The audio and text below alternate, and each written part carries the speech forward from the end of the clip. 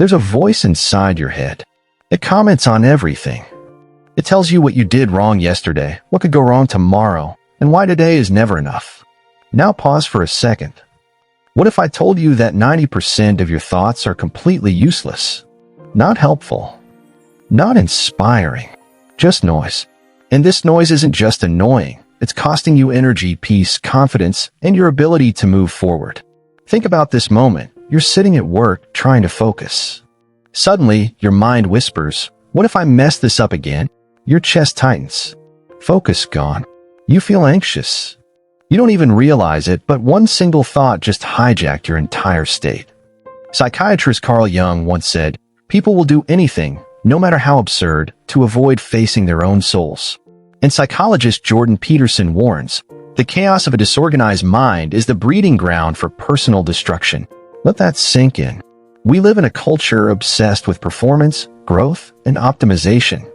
But no productivity hack can fix a mind that's at war with itself. You can go to therapy, hit the gym, read 100 books, but if your mind is running the show, you're still a passenger. And that's why we're here today.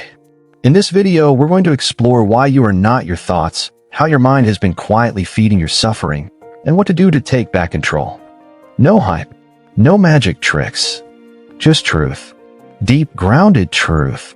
Because once you understand that your thoughts aren't facts, that voice loses its power. So if you've ever felt like you're drowning in your own head, stay here. You're not broken. You're just overdue for a reset. Close your eyes for a moment. Take a deep breath. Now try to notice the next thought that comes into your mind. Don't force anything, just observe. There it is, that thought. Now ask yourself, who noticed it? If you're the one watching the thought, you can't be the thought itself. This simple realization is the first crack in the illusion most people live inside their whole lives. We grow up believing that every thought we have is true, important, and urgent. But the truth is, most of our mental noise is just background chatter, habitual, repetitive, and draining. Carl Jung taught that the unconscious mind is full of hidden material we've never faced. He called this the shadow, the side of us we avoid, repress, or deny. And guess where those unprocessed parts of us show up? In the form of random, looping, unhelpful thoughts. Jordan Peterson often compares these thoughts to dragons hiding in the corners of our minds. We pretend they're not there, but they grow stronger when ignored. According to Peterson, the more we avoid confronting our internal chaos, the more it shapes our reality, usually in destructive ways. And here's the trap. If you believe you are your thoughts, you'll try to fight them, fix them, or run from them. But the real power comes when you learn to simply observe them, with clarity and without attachment. Spiritual teacher Eckhart Tolle says it best. The beginning of freedom is the realization that you are not the thinker. He explains that most people are stuck in what he calls the pain body, a part of us that feeds off mental and emotional suffering. And it does so through thought. Neuroscientist Sam Harris adds another layer. He suggests that the ability to observe your thoughts without reacting is the core of mental clarity. You're not trying to have no thoughts. You're learning to stop confusing them with your identity. Let's bring this idea into the real world. Take Jim Quick, a brain coach who struggled with a traumatic brain injury as a child. For years, he believed he was the kid with the broken brain. That belief looped in his head every day, until he realized it was just a thought, not a fact. Once he separated from it, his healing began. Now look at Russell Brand, once trapped in cycles of addiction and shame. He talks openly about how his mind constantly whispered lies about his worth. What saved him? Learning to observe those thoughts without becoming them. Megan Fox has spoken publicly about battling body dysmorphia, saying she often feels detached from her physical appearance due to obsessive thoughts.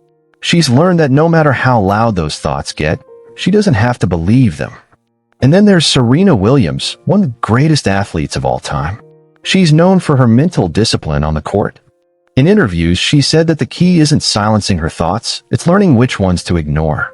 Presence, she says, is what wins championships. So how do you begin? Right now. You don't need a retreat, or an app, or a mantra. You just need to become the observer. Here's something simple you can try today. Sit quietly. Close your eyes. And every time a thought appears, say this silently. That's just a thought. Then let it pass. No judgment. No story, just observation. At first, it'll feel strange, maybe even impossible. But the more you do it, the more you'll see. You are not your mind. You are the one watching it. That shift changes everything. Because once you stop identifying with the noise in your head, you gain the freedom to choose what matters, to focus on what's real, and to live with clarity instead of chaos. And just wait, because in the next chapter, we'll look at how your thoughts quietly feed your suffering and how to break that cycle before it controls your life. Pain is part of life. That's a fact. But the suffering most people feel every day, that's a different story. And here's the twist. Much of it is optional. Carl Jung believed that what we avoid internally doesn't disappear. It hides. And while it hides, it grows. He said, the pain not faced becomes the destiny we can't escape. In other words, the thoughts we run from, the emotions we numb, the memories we bury, they don't leave. They just go underground. And from there, they shape everything. Our reactions, relationships, and self-worth. Jordan Peterson warns that when we refuse to face what's hard, we give it power. He says, the suffering you avoid today becomes the monster that eats you tomorrow. It starts small, a little worry, a little resentment, a voice that says, you're not good enough. But left unchecked, it snowballs into anxiety, shame, and emotional paralysis. And that's how the mind becomes the parasite, feeding off your resistance, growing stronger every time you pretend it's not there. Take a look at Keanu Reeves, someone who's faced immense personal loss, his best friend, his unborn child, his partner. Yet he carries himself with calm and depth. When asked how he copes, he simply said, grief changes shape, but it never ends. That's not weakness, it's wisdom. He isn't fighting pain. He's learning to carry it. Michael Phelps, the most decorated Olympian of all time, admitted to having suicidal thoughts after the 2012 Olympics. He had everything on paper, but his mind kept whispering, you're not enough without the gold. It wasn't until he opened up, faced his pain, and got help that his healing began. And then there's Demi Lovato, who's been honest about addiction and mental health battles. She once said, my mind was a dangerous place I didn't want to be alone in. But by choosing to face the darkness, she started to take her power back. Even Anthony Bourdain, loved around the world for his storytelling and raw honesty, showed us that success doesn't silence the suffering if the inner work is ignored. His death was a wake-up call to millions. You can be admired and still be at war with your thoughts. What ties all these stories together isn't their fame, it's the reality that the real battlefield is inside. Spiritual teacher Sharon Salzberg says, the healing begins when we stop judging our pain and start observing it. That's acceptance. Not giving up. Just giving space for truth. And author Jay Shetty reminds us that when our thoughts are out of control, our life follows. If your mind is full of resistance, your energy will be full of tension. If your thoughts are soft, your life becomes softer too. So what can you do? Start with this. Name the suffering. Don't hide it. Don't sugarcoat it. Say it out loud. I'm feeling jealous. I'm afraid. I'm stuck. That simple act turns unconscious pain into conscious power. Then sit with it. Breathe. You're not broken because you hurt. You're human. And every human being hurts. But here's the shift. You don't need to hurt yourself through the pain. Your mind will offer stories. Let them come. Let them go. You are not the pain. You are the one healing through it. There comes a point when you realize that no amount of running, numbing, or pretending will make the noise in your mind disappear. The only way out is through. Carl Jung believed that true personal growth doesn't come from avoiding our inner conflicts, but by integrating them. He wrote, wholeness is not achieved by cutting off a portion of one's being, but by integration.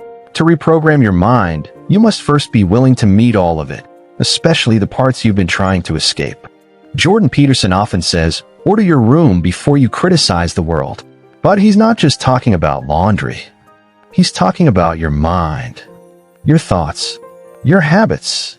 Because if your internal world is chaotic, your external world will reflect it. Clarity begins with structure. That's where transformation really starts. Not in grand plans, but in the small, repeatable choices you make every day. Let's talk about action.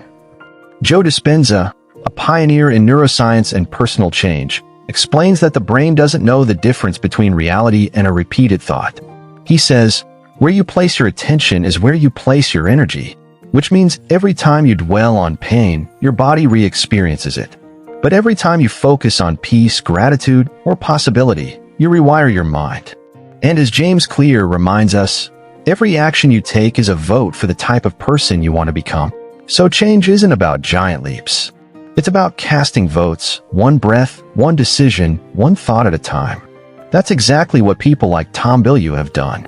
He once struggled with depression and obesity, feeling stuck and small. But by committing to daily habits, training his body and his mind, he slowly rewrote his self-image. Today, he's a leader in the personal growth space, not because he never had negative thoughts, but because he stopped believing in them. Or take Steve Jobs, who was known for walking barefoot in the gardens of Apple HQ in complete silence. For him, solitude wasn't escape, it was strategy. He believed that listening to the inner voice required space, quiet, and brutal honesty. Dwayne "The Rock" Johnson, too, has spoken about the dark moments in his life, times when depression hit hard. His solution? Discipline. Workout routines. Early mornings. He didn't wait for motivation. He built structure, and through that found peace. Howard Schultz, the man behind Starbucks, came from poverty. What changed his life wasn't luck, it was clarity.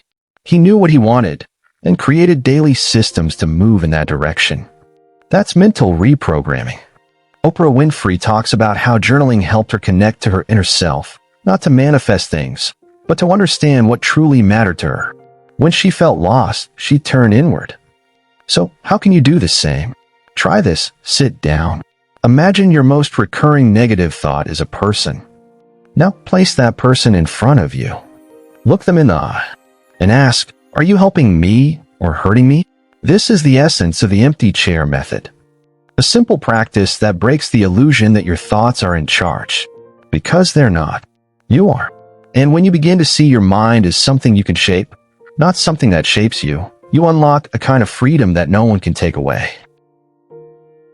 There's something incredibly powerful about realizing that you are not your thoughts, not your doubts, not your fears, not your memories, not your anxiety, not the voice that tells you you're not good enough. You are the awareness behind all of it. Carl Jung said, "Who looks outside dreams.